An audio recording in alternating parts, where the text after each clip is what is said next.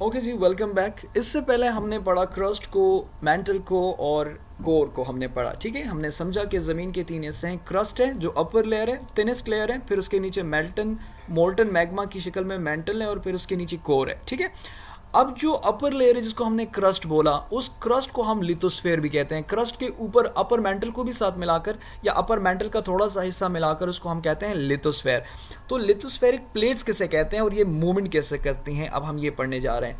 देखिए, हम यहाँ सबसे पहले समझते हैं लिथोस्फेरिक प्लेट को।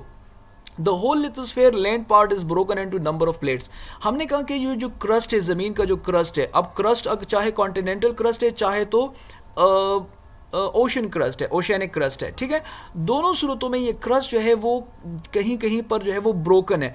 तो पूरी जो ज़मीन का जो क्रस्ट है वो कहीं पर बहुत बड़े बड़े, कहीं पर छोटे छोटे हिस्सों में तकसीम हो चुका है, और इसको टेक्टोनिक प्लेट्स कहते हैं या फिर उसको लिथोस्फेरिक प्लेट्स कहते हैं। ठीक है ना। और जिस तरह आप देख सकते हैं, the blocks of land mass are known as lithospheric plate. तो ये पूरी दुनिया का जो क्रस्ट है, पूरी ज़मीन का जो क्रस्ट है, वो छोटे और बड़े हिस्सों में तकसीम हो चुका है, जिसको मैंने कहा या टेक्टोनिक प्लेट्स कहते हैं या लिथोस्फेरिक प्लेट्स कहते हैं।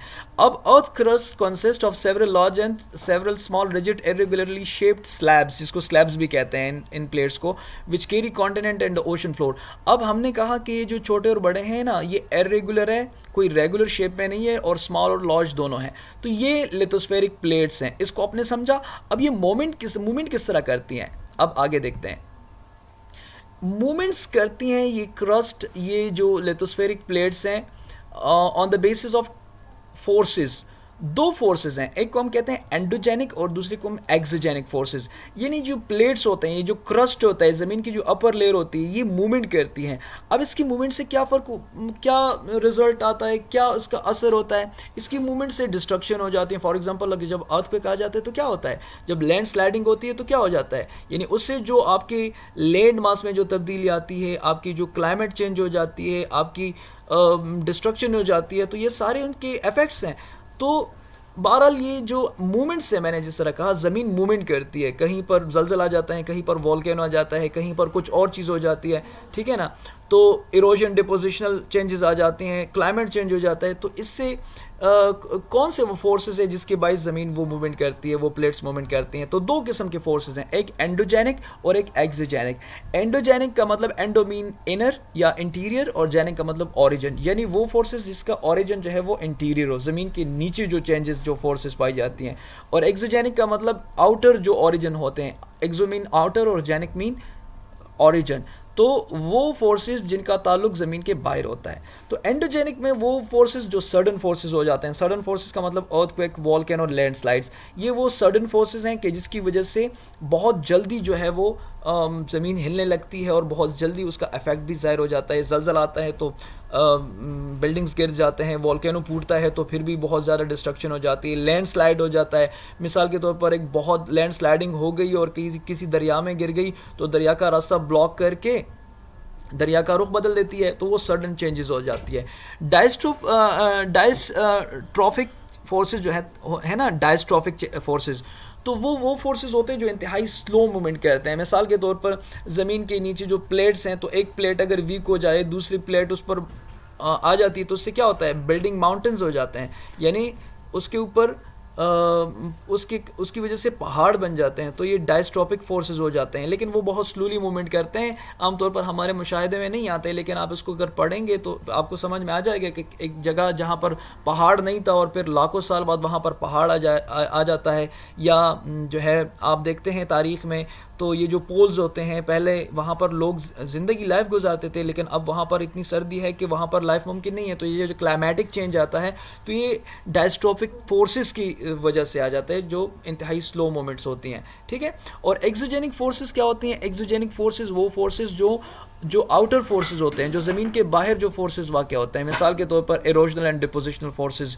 इरोजनल डिपोजिशन फोर्सेस का मतलब एक दरिया है, दरिया आता है तो उससे कटाव कामल हो जाता है, और एक बहुत बड़ा हिस्सा जो है किसी दूसरी जगह पर डिपॉजिट हो जाता है, तो वो इरोजन और डिपोजिशनल फोर्सेस कहते हैं, जिसमें रिवर, वेंड, सी वेव्स, ग्लेशियर्स। मिसाल के तौर पर इसकी बहुत बड़ी मिसाल ये भी है कि कहीं पर अगर मिसाल के तौर पर आप सहरा में चले जाएं, सहरा में आप देखते हैं फ्लैट सहरा है। अब सुबह को आप जाते हैं कोई चीज़ नहीं होती, लेकिन शाम को वापस आते हैं तो वहाँ पर आपको बहुत बड़ा सैंड ड्यून्स मिलेगा। तो सैंड ड्यून्स कहाँ से आई? एक बहुत तेज़ हवा का झोंका आया होगा जिसने बहुत सारी रेत एक जगह से इरोजन करके तो डिपोजिशन के ज़रिए कहीं और ले जाकर वहाँ पर सैंड ड्यून बना दिया। तो ये जो मूवमेंट्स होती हैं ज़मीन में, ये दो फोर्सेस की वजह से होती हैं, एक एंडोजेनिक फोर्सेस और एक एक्सोजेनिक फोर्सेस। ठीक है, अब आगे जाते हैं, अर्थक्वेक को पढ़ते हैं। और अर्थक्वेक किसे कहते हैं? ज़लज़ला जब आता है, earthquake is the sudden movement और trembling of the earth's tectonic plates resulting in shaking of the ground. This shaking can result in the damage of various structures such as buildings and further breakdown of the earth's surface. ठीक है, आपने देखा कि earthquake जो होता है एक sudden movement होती है। ठीक है, ज़मीन की जो टेक्टोनिक प्लेट्स है इसमें सडन मूवमेंट आ जाती हैं, जिसमें ज़मीन जो है वो शेकिंग, वो जो है वो क्या कहते हैं, उसमें वाइब्रेशन पैदा हो जाता है और वो हिल जाती है। तो इस शेकिंग के ज़रिए से बिल्डिंग्स गिर जाते हैं और ज़मीन की सरफेस में ब्रेक डाउन आ जाता है। ठीक, अब यहाँ पर एक चीज़ आप जहन में रखें जिसको हम आगे भी पढ़ने वाले हैं कि ज़लज़ला आता क्यों है। मैंने आपसे पहले अर्ज़ किया कि ज़मीन का जो अपर लेयर है वो क्रस्ट कहलाता है, वो हार्ड फॉर्म में होता है, और फिर उसके नीचे जो मेंटल है वो सीमी लिक्विड फॉर्म में होता है, जो राउंड राउंड जो है वो रिवॉल्व भी करता रहता है। तो जहाँ पर वो राउंड राउंड रिवॉल्व करता है तो पूरी ज़मीन जो लिथोस्फेरिक प्लेट्स हैं, अब ये भी जान लीजिए कि लिथोस्फेरिक प्लेट्स बनती कैसे हैं। लिथोस्फेरिक प्लेट में ये है कि जिस चीज़ से ये क्रस्ट बनी है, अब कहीं कहीं पर कुछ कमज़ोर रॉक्स भी पाए जाते हैं कि जिसकी वजह से वो कमज़ोर रॉक में एक फॉल्ट लाइन आ जाता है, उसको फॉल्ट लाइन कहते हैं ज्योग्राफी में।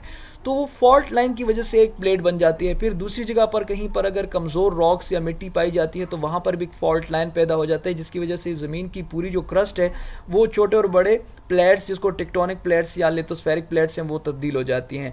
कहीं पर जब ये नीचे ज़ेर ज़मीन जो मैग्मा हरकत करता है, तो कहीं पर अगर वो मैग्मा तेज़ी से हरकत करता है और उसके ऊपर यानी उसके आजू बाजू यानी उसके अगल बगल जो अगर कोई क्या कहते हैं, अगर कोई फॉल्ट लाइन पाई जाती है तो फॉल्ट लाइन की वजह से वो ज़मीन जो है वो प्लेट जो है वो हिलने लगती है। तो एक जब ज़लज़ला आता है तो जहाँ से वो प्लेट हिलने लगती है उसको कहते हैं फोकस। ठीक है, और फिर उसके बिल्कुल 90 डिग्री ऊपर ज़मीन के बिल्कुल सरफेस तक उसको कहते हैं, जहाँ तक एपिसेंटर कहते हैं।